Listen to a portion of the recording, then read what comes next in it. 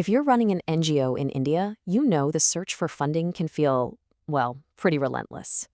But what if I told you there's a huge, legally required funding pool that you could tap into? Today, we're going to lay out the exact roadmap you need to secure what's known as corporate social responsibility, or CSR, funding. I want to start with a number, a really, really big number. 34,000 crore rupees. That's how much Indian companies are legally required to spend on social good every single year. This isn't some hopeful wish, it's a predictable, mandated source of funding just waiting for the right projects.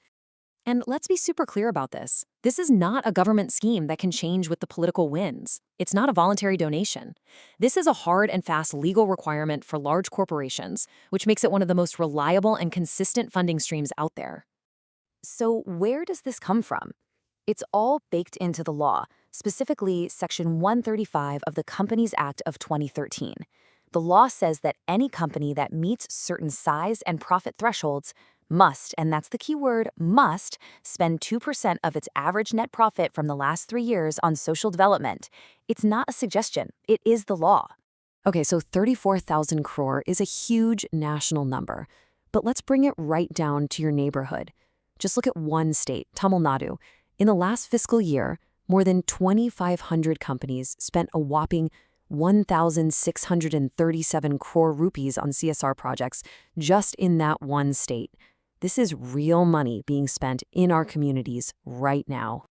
So the real question is, how do you get a piece of that pie, right?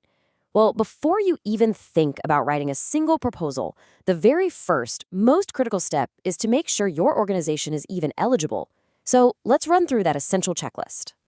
All right, these are the absolute must-haves, no exceptions. First, you need a track record of at least 3 years of real work. Second, you got to have your valid 12A and ADG registrations. Those are the tax exemption certificates that prove you're a legitimate nonprofit. And third, and listen up because this is the big one, you must have filed Form CSR-1 on the Ministry of Corporate Affairs portal. Without these 3 things, you legally cannot receive a single rupee. Okay, so you've checked all the boxes. You're eligible. Great. The path to actually getting the funding isn't as complicated as you might think. We can break it down into a simple 3-step process. And really, it's a cycle. Step 1, get registered. You file that CSR-1 form and get your unique registration number. Step 2, craft a killer proposal. And I mean a proposal that outlines a specific solution to a specific problem, not just a general ask for money. And then, step 3, report and renew. You do the amazing work, you report back on your impact, and you build the trust you need for that funding to become a long-term partnership. Now, before you start typing up that proposal, you need to think like a strategist. And this chart right here is your treasure map. It shows you exactly where the money is going. Look at this. A massive 44% of all CSR funds are poured into education. Another 29% goes to healthcare. If your NGO works in either of those areas, you are already fishing where the fish are biting. All right, so you've got your eligibility sorted and you know which sectors are getting the most attention. The next big question is, where do you actually find the companies that want to fund your specific work? Let's dive into the best places to look.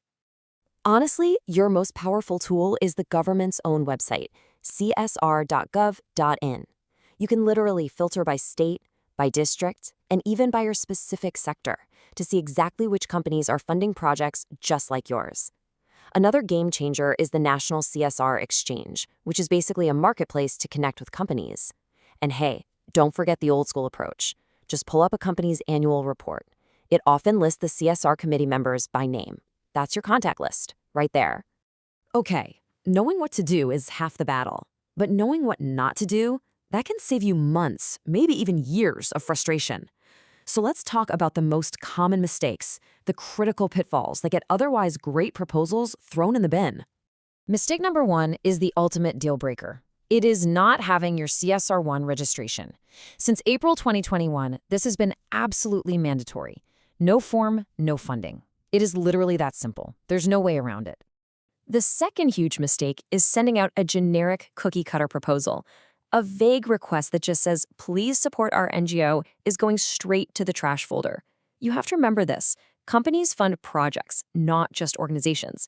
They need to see a specific problem, your detailed solution, and a clear budget they can invest in.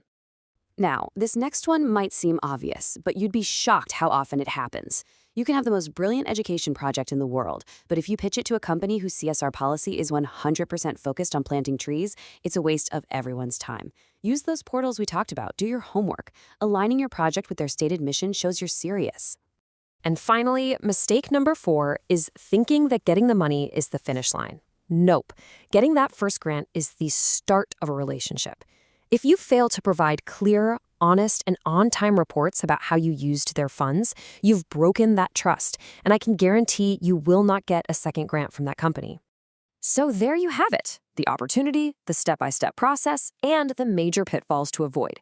Everything you need to get started is right here. So the only real question left is, what is your first action step?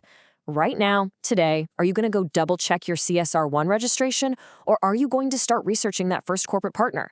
The journey starts now.